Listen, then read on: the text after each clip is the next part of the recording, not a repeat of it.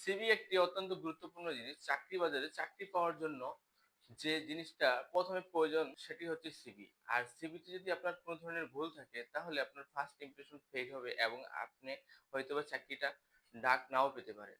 এজন্য সিভিতে যে ভুলগুলো করা যাবে না। ১ম হচ্ছে অগোছালো ফরমেট দিয়ে সিভি তৈরি করবেন না। অপ্রাসঙ্গিক লেখা লিখবেন না।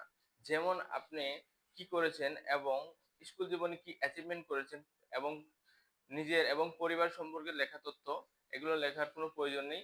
সিভি হচ্ছে শুধুমাত্র আপনার ব্যক্তিগত যোগ্যতা এবং অভিজ্ঞতা দেখানোর জায়গা।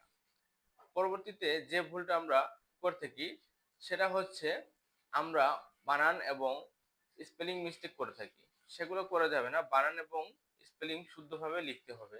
তাহলে আপনার সিভিটি প্রাসঙ্গিক হবে। মনে রাখবেন একটি সুন্দর সিভি আপনার চাকরি পাওয়ার সম্ভাবনা বাড়িয়ে দেয়। ধন্যবাদ ভিডিওটি দেখার জন্য।